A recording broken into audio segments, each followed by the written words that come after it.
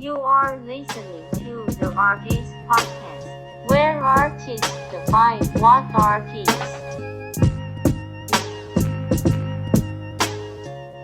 You guys are tuning into the fifth episode of the Art Is podcast, where artists define what art is. Our guest today is Obed Silva, professor at East LA College. Obed, would you like to introduce yourself? My name is Obed Silva. I'm a professor of English at East Los Angeles College, and I'm a writer and a painter.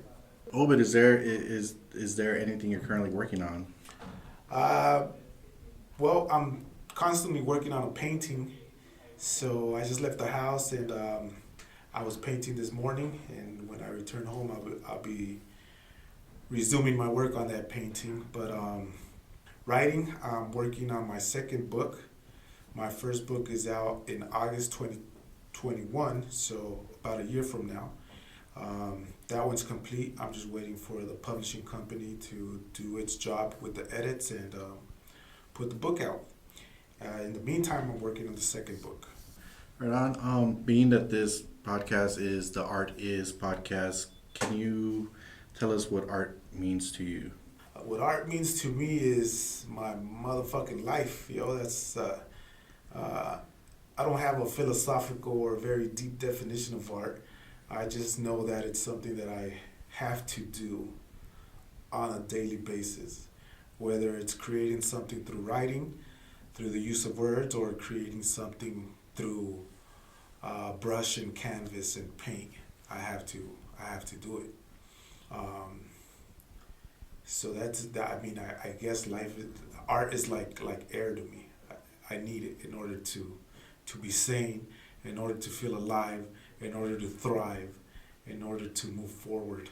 Because without it, I can't do anything else. I can't function. I don't think I'd be able to be a professor if I wasn't an artist first. Has that always been the case, or did you get introduced to art as an adult, as a teen, as a kid? Ever since I was a child, I always had this urge to draw, for sure. I was always inclined to draw. So while I'd be at school, like a lot of kids, while the teacher's up there teaching at the chalkboard and explaining things, I'd be at my desk with my notebook open, and instead of taking notes, I'd be sketching. And I did that throughout my entire school career. And teachers hated it because they always wanted me to take notes on the bullshit that they were trying to teach me. And I was a rebel. I prefer to draw. So I always had that in me, the urge to draw, to sketch. And that later translated to graffiti, because my mom couldn't afford art school for me. I always wanted to go to art school, and I would tell her, "Mom, I want to go to art school." And she always promised me that she would one day enroll me in an art school, but it was too expensive. It was way beyond her pay grade to enroll me in any kind of art school. And the public schools that I attended didn't have art classes. So I was fucked. So you say that art to you is like air. What else sustains you that isn't art? What else is it for? Fucking food, people, family. I'm a very sociable person, so I love being around people. I thrive from connecting with people. So this COVID shit has really prevented me from doing that. But art has picked up where that has left a void. So because I can't thrive off of other people, I can't connect with people, I resort to my art, I resort to my writing, I resort to my painting. And that's what sustains me. But when it's not art, I mean, that's another reason why I became a professor, because it allows me to be with people, be with students, to engage in conversation, to engage in deep discussions. And because of the pandemic, I am unable to do that like most people. So luckily for me, I have my canvases, my brushes, I have my laptop, I have my journals, I have my pens, where I can resort back to my art to sustain me through this pandemic. And how has your inspiration changed pre-pandemic to now? Pre-pandemic, well, in a way, the pandemic has been a blessing because it's allowed me to paint more and write more. Although I am teaching, but it's all remote and it's from home. So all those hours that I used to spend in traffic, cursing at other drivers, and now I get to spend at home in the calm environment of my little studio that I have in my house. So in that sense, that pandemic has allowed me to create more, to write more, and to work with another great artist, Fabian Devora, and to learn from him when it comes to painting. Before that, it was just me painting and teaching myself. But because of that pandemic, I've gotten to work with Fabian Devora a lot at his studio, and grown as an artist myself. Do you feel like your art is inspired by your connections with people, or is it just internal stuff that like you reflect on your past? My art is from my experiences with my culture, the things that I love. So those things are represented in my work. My two books, my first book, The Death of My Father the Pope, the one that comes out in August of next year, it's a memoir. So that's based on my relationship with my father, who was an alcoholic and a drug addict. And he died at age 48 from cirrhosis of the liver. And we had a very tumultuous relationship. And I started writing the book on the day that he died, right after I got the phone call telling me that he had passed away. And on the airplane, on my way to see him in Mexico, I had my journal there, and I just had this fucking urge to just start telling that story. And so I did. And that was 10 fucking years ago. So it took me 10 years to write that fucking book. It was terrible. It was terrible. It was a terrible experience. Because it was very painful and sad. But I couldn't let it go. I couldn't just say, no, I don't want to do this. My heart and my mind always egged me on when my soul didn't want to do it. And so at the end of those 10 years, there was a book there and about my father and how he, even being so away from me in Mexico, affected my life, because I had to endure a lot of the effects of his problems. For example, he was an alcoholic and a drug addict, and even though I was distant from him and I never really grew up with him, those are things that I dealt with alcoholism and drug addiction. So in part, the book deals with that, with how a parent can influence a child even though they're miles away from each other and rarely see each other. But in the times that I did see my father, I wanted to kill him. As much as I loved him as a child, as an adult, I really wanted to do him harm. So the book is about that. My second book is also a memoir, and it picks up where that book leaves off. But that book is about my mother and how she's able to pull us away from my father, escape my father, because he was abusive towards her when she was married to him. And he used to beat her, and he was an alcoholic even then. And so the second book picks up with my mother escaping him and coming to the United States with me to provide, as they say, a better life for the two of us. So yeah, even when I write short stories, they're all about my culture. About I write about my family a lot. I write about my experiences as a gang member, as a teen a lot, and my paintings as well. They reflect my culture. I love the lowrider culture, so a lot of my artwork is focused on that aspect of the Latino community in Los Angeles and across Southern California because I'm originally from Orange County. Um, so yeah, that's what my artwork reflects, right? My community, my culture, my people, but specifically the lowrider community and the Chicano community, I guess you can say as well. Yeah, sure. It's crazy because you're talking about lowriders and lowriders. From my understanding, is like you go get the body of a lowrider, and with your experience from knowing things about cars, you beautify it. You make it into a beautiful thing. And I kind of see like that parallel of you talking about your father, where it's like something that seems like there's like a lot of pain there, but you created something beautiful from it. And you also have created other beautiful things, and one of those has been the East Side Rose.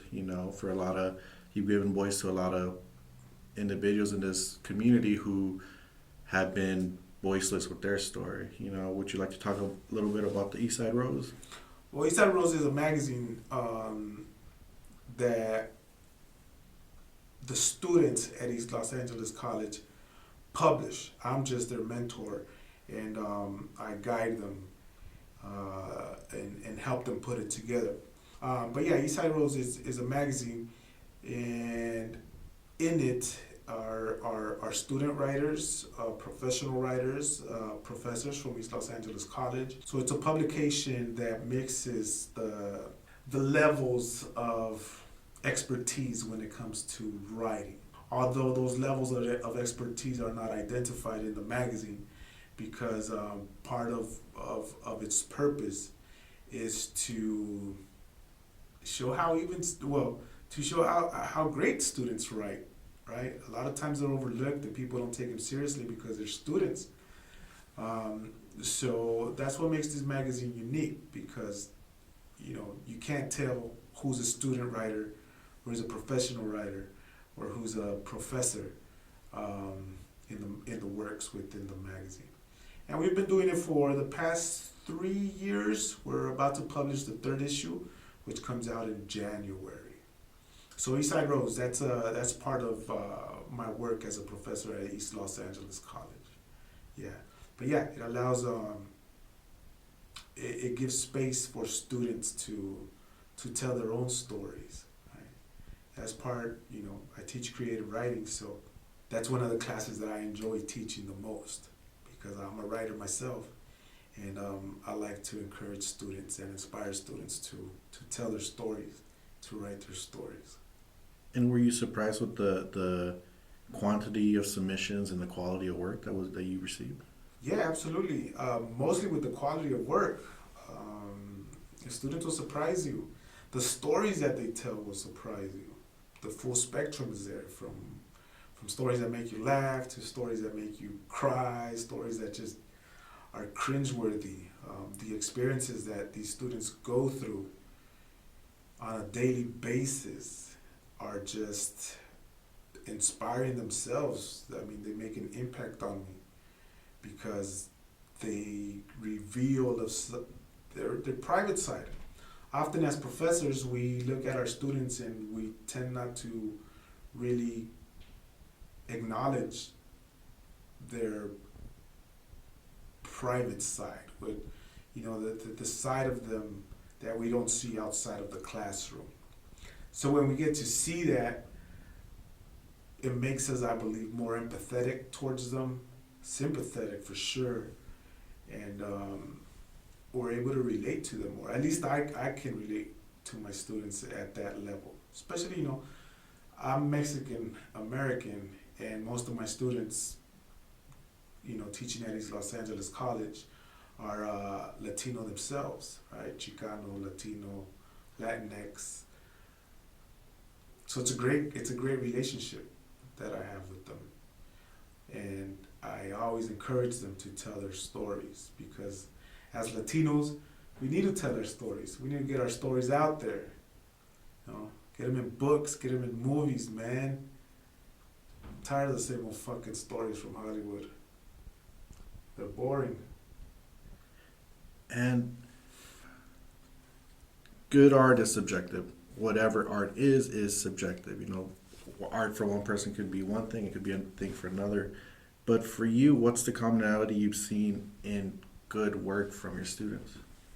When it comes to writing, Mm-hmm.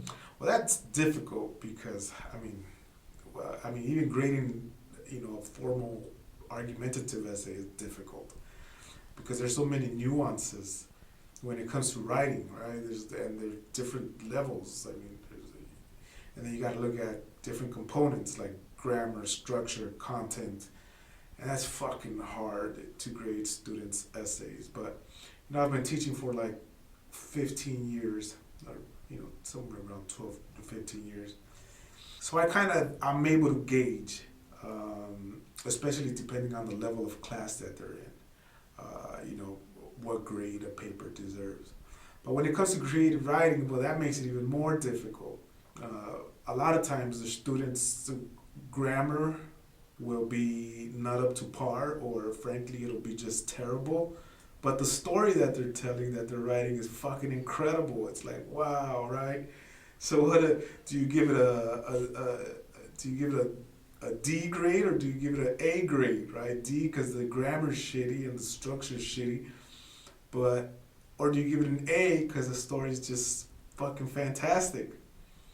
And I lean towards the latter, right? You give it an A because the story's amazing and the way they tell it is amazing.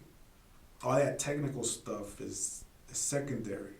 You can fix that later, right? And that's where, the effort in teaching the students, how to write a simple sentence, or a compound sentence, or a complex sentence, or how to mix it up, and what a paragraph entails.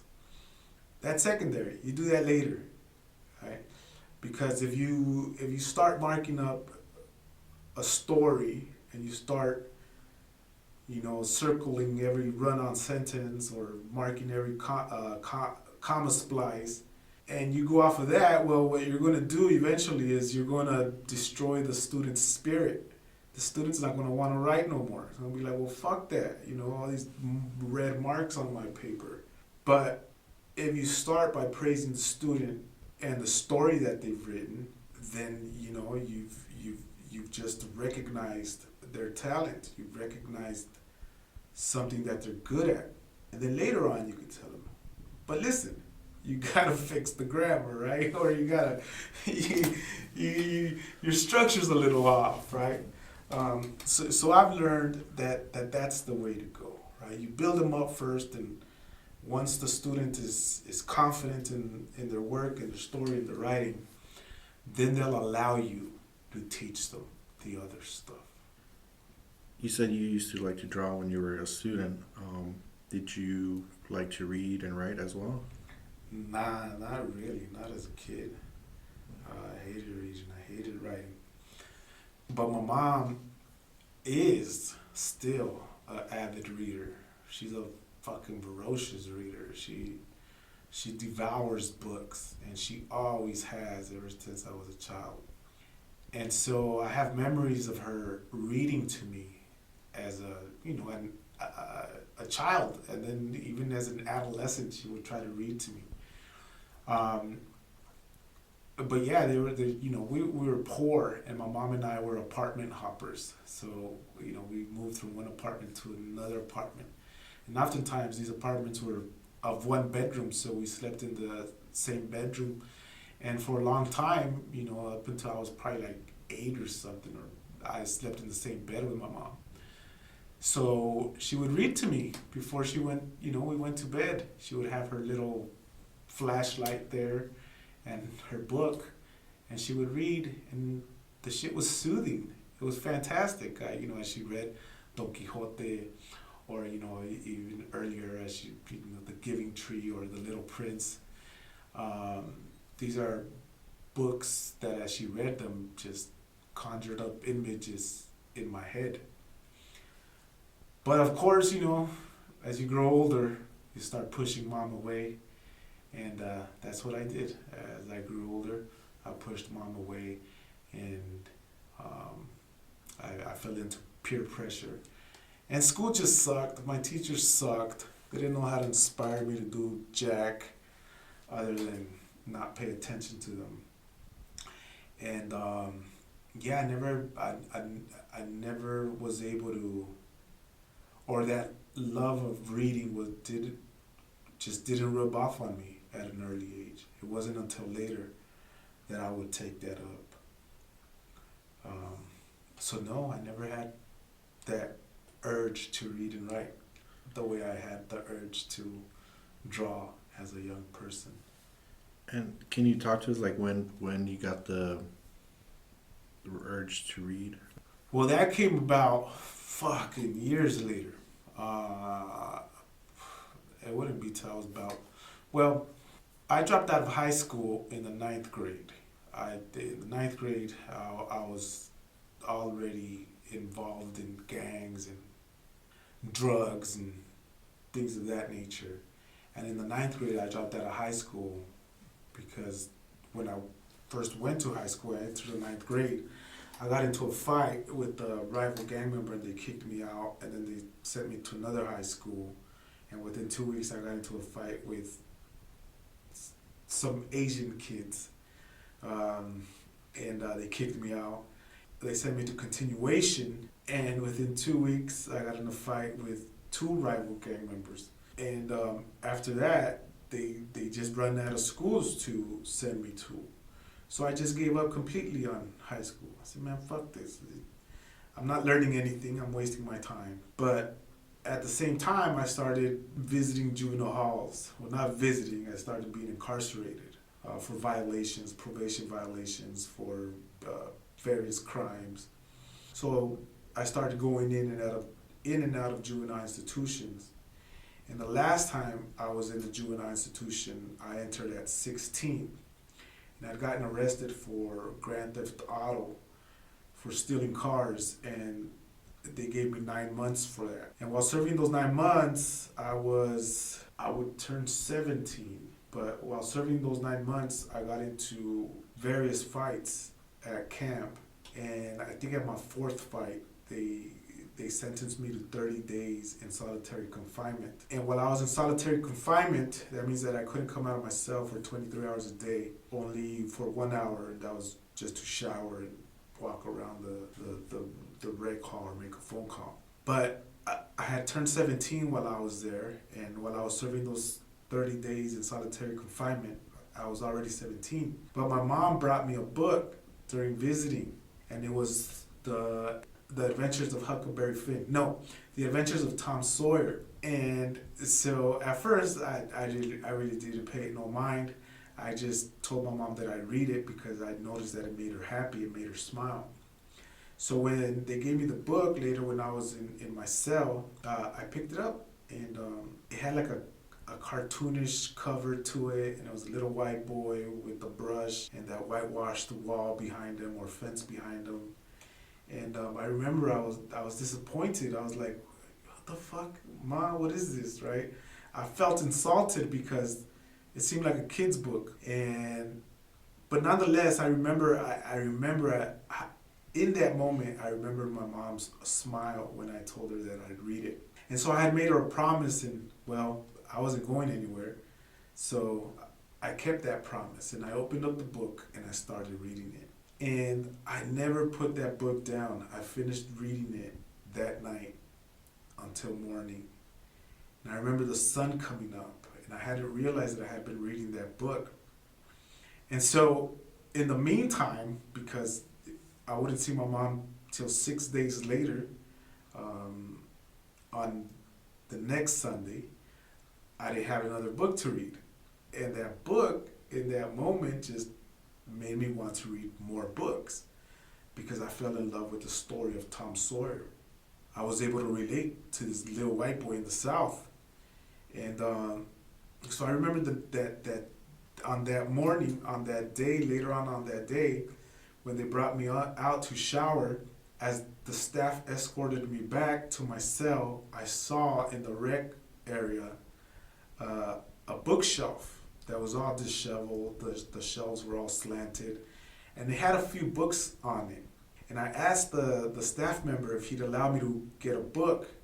And after some, begging him, I guess, he allowed me to go get the book. And then, here I go, wet with a towel wrapped around my waist to my knees. And I went and grabbed, I was looking for a book that had a similar cover to Tom Sawyer. And I couldn't find one. There were all these thick books with glossy covers with white men and white women, blondes, on the cover. And so the staff is waiting for me. He's like, hurry up. He's yelling at me to hurry up. So finally I came upon this one book. On the cover it had this male who was really built and muscular, and he had no shirt on, and he had a white woman who was blonde and was very attractive and was almost nude in his arms. She looked all disheveled and distraught, and he looked like he was saving her. And their blonde hair is blowing in the wind. And in the back, there's an airplane that's on fire and seemed to have crashed into these mountains with snow. So I looked at the cover and I said, man, fuck it. This looks interesting. Let's see what's going on here. Why is this guy carrying this woman? And why are they in a fucking mountain with snow and there's a plane off fire? So I took that book. And later on, as an adult later, I would learn it's one of those Harlequin romance novels that they sell like at fucking Kmart back then, or at Target, as you're in line to check out. That all these sad single middle-aged women tend to read. Yeah. Like before there was 50 Shades of Grey, there were these novels. Yeah. So here I go ignorantly into the pages of this book, and wow, it fucking blew my mind. Because the plot of the story is that, people get on this plane and they're flying, and I don't remember, I think it was the Himalayas or I'm not sure what mountains it was, but the plane crashes and everybody dies except these two fucking people that are on the cover. And I'll never forget it. That scene that just pulled me in, where very sensually and graphically they start describing the first time that this pair, because they're not a couple, they become intimate, right? And to warm themselves, they engage in sex, very graphic and deep and dirty and sloppy sex. And they're in the mountains and they're dying and they're waiting for somebody to save them, and they have this little fire going on and they create their own fire. Yeah. And and it got very graphic to, you're in a cell by yourself, you're 17 years old, you haven't seen a woman in a long time, or at least the pretty one, because most of the staffs in juvenile hall are overweight and just not very pretty to look at. And so here I am with this book in my hand, in one hand, and in my other hand somewhere else, because of again you're a juvenile at the peak of puberty, and so I kept reading this scene over and over and over again. And so 2 days later I call my mom and I tell her, Mom, I finished the book you gave me. It's fucking fantastic. But listen, I got another book. And my mom was very excited because she's like, no way, my son is reading? Oh my God, this is incredible. And so she says, what book? Tell me about the book that you're reading. So I started telling her about this book and how it's changing me and how it's keeping me excited in my cell. And she's like, no, stop reading that book. Put that book down. Don't read that, trash anymore. I'm like, Mom, it's not trash, it's. But anyway, so I finished that book, And I'd go back, and it was like those books were like 800, almost 1,000 pages in length. It's like and so I finished that book, and when my mom came to visit me the next Sunday, she brought me another book because I had asked her, Mom, I wanna read another book like the one you brought me, like Tom Sawyer. And she goes, all right, I know the perfect book. And that Sunday she brought me The Adventures of course, Huckleberry Finn. And I looked at it, and it had a similar cover, just different white. It was Huck, and Tom was in the cover too. And I was like, wow, is there like a fucking series of this or what, Mom? She's like, no, it's just these two, and there's, it's Mark Twain. I'm like, who's Mark Twain? She's the writer. So she started schooling me about Mark Twain and about the book, kind of giving me like a heads up to what I was going to read. So I was excited right there in the visiting area. And so when I went back to my cell, lo and behold, within an hour, the staff came in and gave me the book. And it was The Adventures of Huckleberry Finn. And I liked Tom Sawyer, but I fell in love with Huckleberry Finn because Huck was a lot like me. Even though he was a white boy in the South, his father was an alcoholic. Huck was an outcast. He was on the run. He was friends with somebody whom society said he shouldn't be friends with, which is a black man, right? And when I was young, everybody always would tell me, you shouldn't be hanging around those boys. Those boys are criminals. They're gang members. They're going to ruin your life. Yeah, well, their parents were saying the same shit about me, right?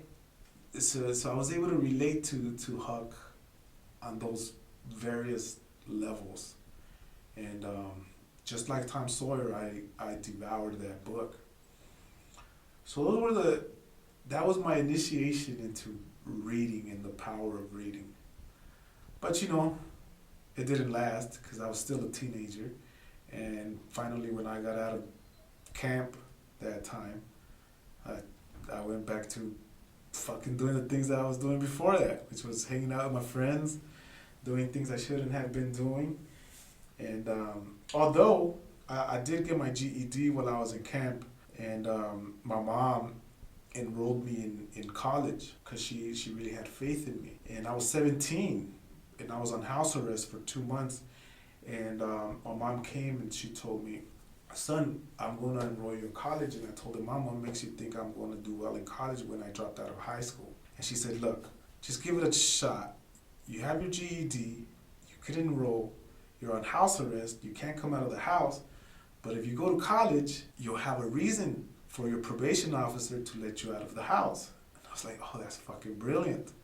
So Mom took me and enrolled me in college. And I took like a psychology class. But I wasn't a good student. I was just there to get out of the house. And about a month of going to college and doing nothing, just sitting in the back of that psychology class, one day, I don't remember if it was before or after the class, but I was out in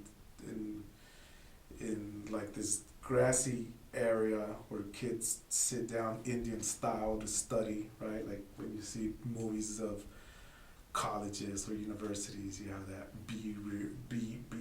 B-reel, is that what they're called? B-roll, right? And you have those moments where the students are just sitting and studying together in little circles. So that's what I was doing with a friend of mine, and this girl that we were trying to both rap to. And while we're sitting there with her, a rival gang member walked right by us, and I was like, "Oh snap! This motherfucker wants to go to college too." And my friend and I looked at each other, and at the time, we were on really like fighting terms with this particular group of people.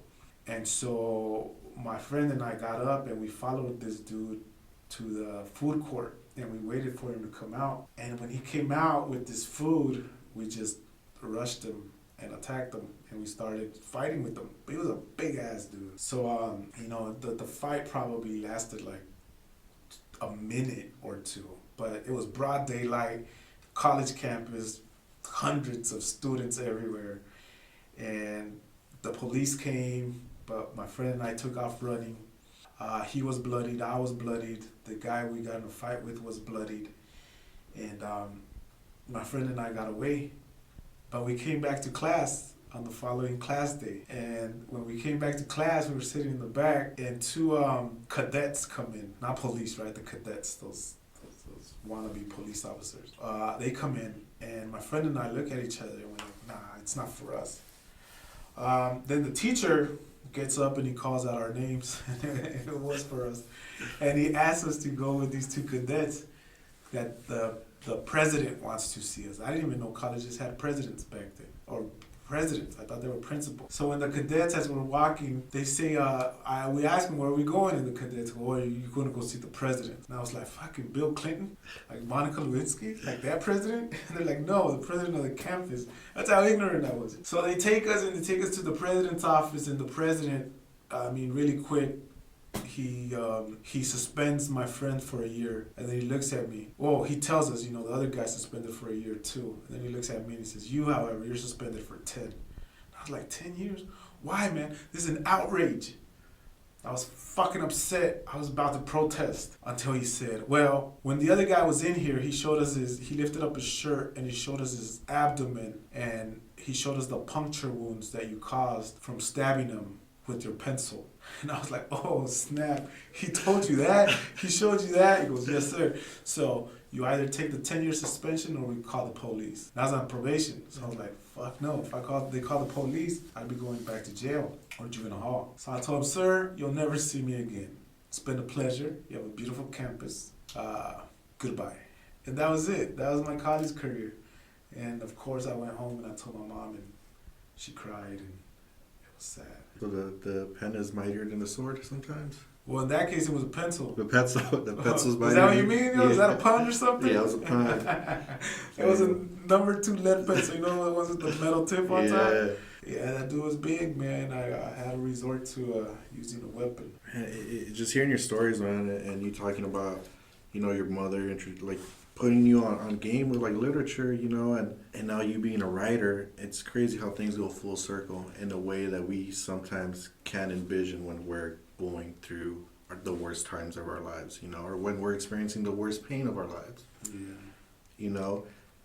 Before we end, is there any advice you would, and I asked this to all the people I interviewed, like, is there any advice you would have given yourself in that process of when you first started your book, and also when you were younger?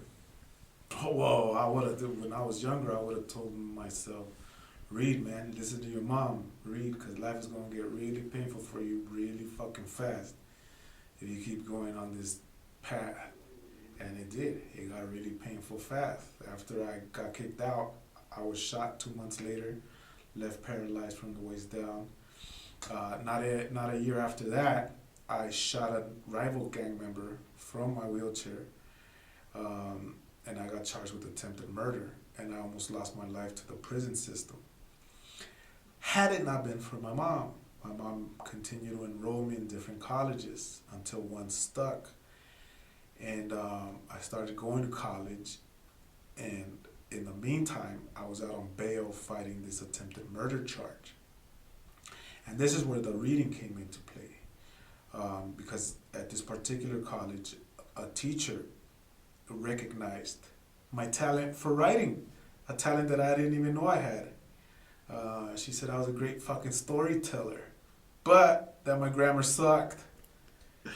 And so I am empathetic towards my students when their grammar sucks, because I was once there, and had it not been for that particular teacher, I probably wouldn't be here. So because of her and my mom,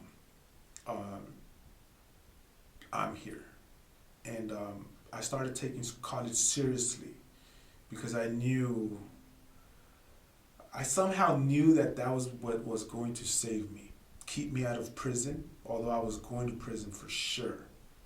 According to the district attorney, they wanted to give me life in prison for being a gang member and for having shot another young man. But to make the long story short, after 2 years of fighting that case, I went to court on one of my last court dates, And my lawyers told me that the DA had offered me a deal, and the deal was that I served 12 years in prison, and that I plead guilty to 3 charges. The 3 charges were being a gang member, reckless discharge of a firearm, and causing great bodily injury. And this was the best deal I was going to get. And it's true, because I had shot somebody. I had shot another gang member while engaged in gang activity.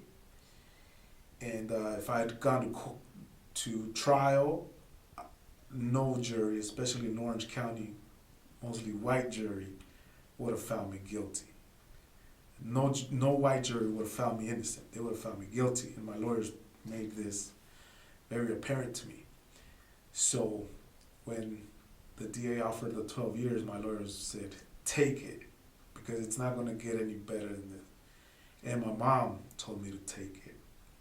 And so I signed it, and it was handed off to the judge. The judge came out, said, young man, I understand that you reached a deal with the DA. I said, yes, sir. He said, you realize that you'll be going to prison for 12 years? I said, yes, sir.